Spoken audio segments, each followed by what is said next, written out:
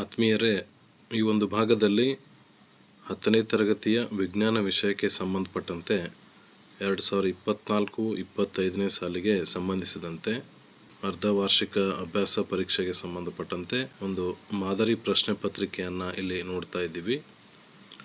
ತಯಾರಿಸಿರುವಂಥವರು ಸಂಪನ್ಮೂಲ ಶಿಕ್ಷಕರಾದ ಶ್ರೀ ರಾಘವೇಂದ್ರ ಭಟ್ ಸರ್ ಇವರು. ನೋಡ್ತಾ ಇದ್ದೀರಿ, ಒಟ್ಟು ಅಂಕಗಳು 80 ಅಂಕಗಳು. ಈ ಒಂದು ಪ್ರಶ್ನೆ ಪತ್ರಿಕೆಯನ್ನು ನಾವು ಗಮನಿಸ್ತಾ ಹೋದಾಗ 3 ವಿಭಾಗಗಳನ್ನು ನೋಡ್ತಾ ಇದ್ದೀವಿ. ಭಾಗ ಎ ಭೌತವಿಜ್ಞಾನ, ಭಾಗ ಬಿ ರಸಾಯನ ವಿಜ್ಞಾನ, ಭಾಗ ಸಿ ಜೀವವಿಜ್ಞಾನ. 3 ಭಾಗಗಳಲ್ಲಿ ಈ ಪ್ರಶ್ನೆ ಪತ್ರಿಕೆಯನ್ನು ನಾವಿಲ್ಲಿ ಮಾಡೆಲ್ ಕ್ವಶನ್ ಪೇಪರನ್ನು ನೋಡ್ತಾ ಇದ್ದೀವಿ. ಮೊದಲಿಗೆ ಭಾಗ ಎ ವಿಭಾಗಕ್ಕೆ ಸಂಬಂಧಪಟ್ಟಂತೆ ಭೌತವಿಜ್ಞಾನವನ್ನು ನಾವು ಗಮನಿಸ್ತಾ ಹೋದಾಗ ಮುಖ್ಯ ಪ್ರಶ್ನೆ 1 ನೋಡ್ತಾ ಇದ್ದೀರಿ. ಈ ಕೆಳಗಿನ ಪ್ರಶ್ನೆಗಳಿಗೆ ಅಥವಾ ಅಪೂರ್ಣ ಹೇಳಿಕೆಗಳಿಗೆ 4 ಪರ್ಯಾಯ ಉತ್ತರಗಳನ್ನು ನೀಡಲಾಗಿದೆ. ಅವುಗಳಲ್ಲಿ ಸೂಕ್ತವಾದ ಒಂದು ಉತ್ತರವನ್ನು ಆರಿಸಿ ಅದರ ಕ್ರಮಾಕ್ಷರದೊಡನೆ ಪೂರ್ಣ ಉತ್ತರವನ್ನು ಬರೆಯಿರಿ. ಮಲ್ಟಿಪಲ್ ಚಾಯ್ಸ್ ಕ್ವಶನ್ಸ್ ಇರ್ತಾ ಇದ್ದಾವೆ. ಇವುಗಳಲ್ಲಿ ಸರಿಯಾದ ಉತ್ತರವನ್ನು ಗುರುತಿಸಿಬಿಟ್ಟು ಅದರ ಕ್ರಮಾಕ್ಷರದೊಡನೆ ಪೂರ್ಣ ಉತ್ತರವನ್ನು ಬರಿಬೇಕಾಗ್ತಾ ಇದೆ. ಇದು ಮುಖ್ಯ ಪ್ರಶ್ನೆ 1 ಮಲ್ಟಿಪಲ್ ಚಾಯ್ಸ್ ಕ್ವಶನ್ಗೆ ಸಂಬಂಧಪಟ್ಟಂತೆ ಗಮನಿಸಿದ್ರಿ. ಅದೇ ರೀತಿ 2ನೇ ಮುಖ್ಯ ಪ್ರಶ್ನೆ ನೋಡ್ತಾ ಇದ್ದೀರಿ. 1 ಅಂಕದ ಪ್ರಶ್ನೆಗಳಿದ್ದಾವೆ. ಕೆಳಗಿನ ಪ್ರಶ್ನೆಗಳಿಗೆ ಉತ್ತರಿಸಿ 1 ಮಾರ್ಕ್ ಕ್ವಶನ್ಸ್ ನೋಡ್ತಾ ಇದ್ದೀರಿ.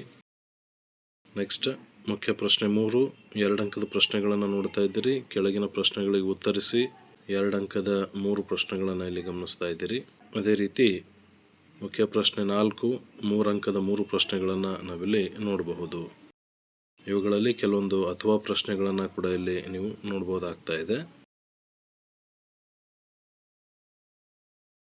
ನೆಕ್ಸ್ಟ್ ಮುಖ್ಯ ಪ್ರಶ್ನೆ 5 4 ಅಂಕದ 2 ಪ್ರಶ್ನೆಗಳನ್ನು ಇಲ್ಲಿ ಗಮನಿಸಬಹುದು. ಇಷ್ಟು ಭೌತವಿಜ್ಞಾನಕ್ಕೆ ಸಂಬಂಧಪಟ್ಟಂತೆ ಕೆಲವೊಂದು ಮಾಡೆಲ್ ಕ್ವಶನ್ಸನ್ನು ನೋಡ್ತಾ ಇದ್ದೀರಿ. ಅದೇ ರೀತಿ ಭಾಗ ಬಿ ರಸಾಯನ ವಿಜ್ಞಾನ, ಇದಕ್ಕೆ ಸಂಬಂಧಪಟ್ಟಂತೆ ಇಲ್ಲಿ ಕೂಡ ನೋಡ್ಬೋದು ಕ್ವಶನ್ ನಂಬರ್ ಕಂಟಿನ್ಯೂ ಆಗ್ತಾ ಇದ್ದಾವೆ. ಇಲ್ಲಿ ಮುಖ್ಯ ಪ್ರಶ್ನೆ 5ರಲ್ಲಿ ಕ್ವಶನ್ ನಂಬರ್ 13 ಲಾಸ್ಟ್ ಇದೆ. ನೆಕ್ಸ್ಟ್ ಮುಖ್ಯ ಪ್ರಶ್ನೆ 6ರಲ್ಲಿ ಕ್ವಶನ್ ನಂಬರ್ 14 ಇಲ್ಲಿ ಕಂಟಿನ್ಯೂ ಆಗ್ತಾ ಇದೆ. ನೋಡ್ಬೋದು ಈ ರೀತಿ ಕ್ವಶನ್ ನಂಬರ್ಸ್ ಕಂಟಿನ್ಯೂ ಆಗ್ತಾ ಇದ್ದಾವೆ. ಇಲ್ಲಿನೂ ಕೂಡ ಬಹು ಆಯ್ಕೆ ಪ್ರಶ್ನೆಗಳನ್ನು ನೀವು ನೋಡಬಹುದು. ನೆಕ್ಸ್ಟ್ ಮೇನ್ ಕ್ವಶನ್, ಕೆಳಗಿನ ಪ್ರಶ್ನೆಗಳಿಗೆ ಉತ್ತರಿಸಿ 1 ಅಂಕದ ಪ್ರಶ್ನೆಗಳಿರ್ತಾ ಇದ್ದಾವೆ. ಫಾರ್ ಎಕ್ಸಾಂಪಲ್ ಒಂದು ಪ್ರಶ್ನೆ ನೋಡ್ತಾ ಇದ್ದೀರಿ, ಸಂಸ್ಕರಣ ಎಂದರೇನು. ನೆಕ್ಸ್ಟ್ ಅಲೋಹದ ಆಕ್ಸೈಡ್ನ ಜಲೀಯ ದ್ರಾವಣವನ್ನು ಕೆಂಪು ಲಿಟ್ಮಸ್ ಮತ್ತು ನೀಲಿ ಲಿಟ್ಮಸ್ ಕಾಗದಗಳೊಂದಿಗೆ ಪ್ರತ್ಯೇಕವಾಗಿ ಪರೀಕ್ಷಿಸಲಾಗಿದೆ. ಯಾವ ಲಿಟ್ಮಸ್ ಕಾಗದದ ಬಣ್ಣ ಬದಲಾಗುತ್ತದೆ, ಏಕೆ?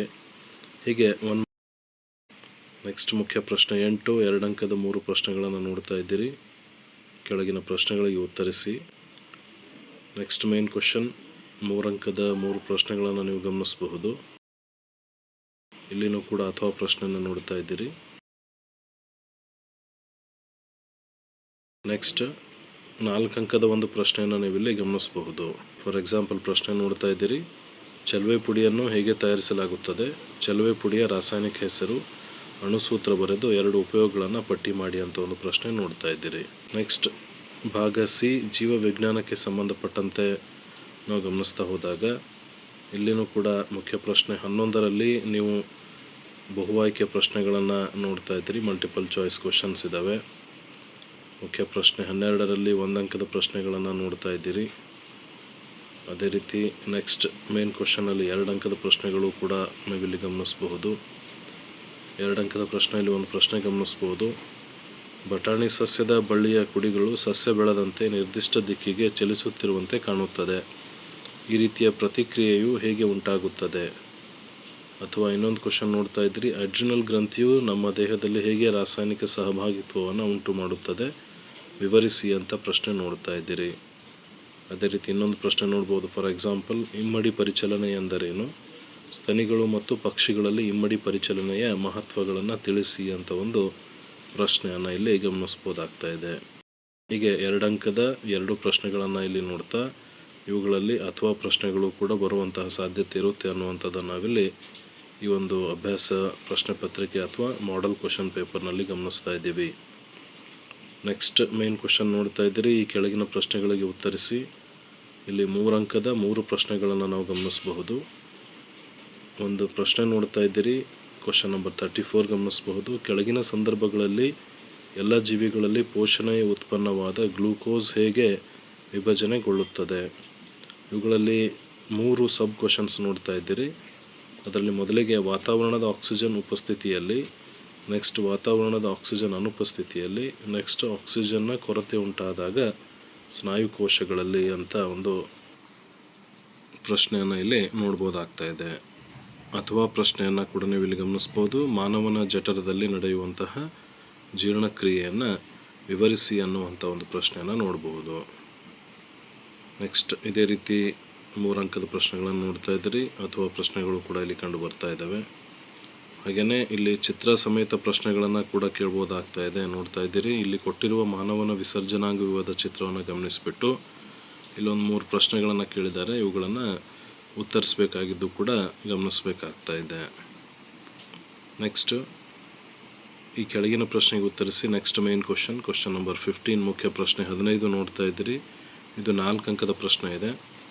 ನೋಡ್ಬೋದು. ಫಾರ್ ಎಕ್ಸಾಂಪಲ್, ಮಾನವನ ಮಿದುಳಿನ ನೀಳಛೇದ ನೋಟವನ್ನು ತೋರಿಸುವಂತಹ ಚಿತ್ರವನ್ನು ಬರೆಯಿರಿ ಹಾಗೂ ಈ ಕೆಳಗಿನ ಭಾಗಗಳನ್ನು ಗುರುತಿಸಿ. ಇಲ್ಲಿ 2 ಭಾಗಗಳನ್ನು ಗುರುತಿಸಲು ಕೇಳಿದ್ದಾರೆ. ಅನುಮಸ್ತಿಷ್ಕ ಹಾಗೂ ಮೆಡುಲ್ಲಾ, ಇವುಗಳನ್ನು ಗುರುತಿಸಬೇಕಾಗ್ತಾ ಇದೆ. ನೆಕ್ಸ್ಟ್ ನಮಗೆಲ್ಲರಿಗೂ ಗೊತ್ತಿರುವಂತೆ ನಮ್ಮ 10th ಸ್ಟ್ಯಾಂಡರ್ಡ್ ವಿಜ್ಞಾನ ವಿಷಯದ ಪ್ರಶ್ನೆ ಪತ್ರಿಕೆಯಲ್ಲಿ 5 ಅಂಕದ ಒಂದು ಪ್ರಶ್ನೆ ಇರ್ತಾ ಇದೆ. ಅದು ಭೌತವಿಜ್ಞಾನ ಅಥವಾ ರಸಾಯನಶಾಸ್ತ್ರ ಅಥವಾ ಜೀವವಿಜ್ಞಾನ ಯಾವುದೋ ಒಂದು ವಿಭಾಗದಲ್ಲಿ ಕೂಡ ಕಂಡುಬರಬಹುದು. ಇಲ್ಲಿ ಫಾರ್ ಎಕ್ಸಾಂಪಲ್ ಜೀವವಿಜ್ಞಾನ ವಿಭಾಗದಲ್ಲಿ ಒಂದು 5 ಅಂಕದ ಪ್ರಶ್ನೆ ನೋಡ್ತಾ ಇದ್ದೀರಿ. ಮುಖ್ಯ ಪ್ರಶ್ನೆ 16. ಈ ಕೆಳಗಿನ ಪ್ರಶ್ನೆಗೆ ಉತ್ತರಿಸುವಂಥ ಒಂದು ಕ್ವಶನ್ ನೋಡಬಹುದು. ಸ್ವಪೋಷಕಗಳು ಆಹಾರ ತಯಾರಿಸುವ ಪ್ರಕ್ರಿಯೆಯನ್ನು ಹೆಸರಿಸಿ.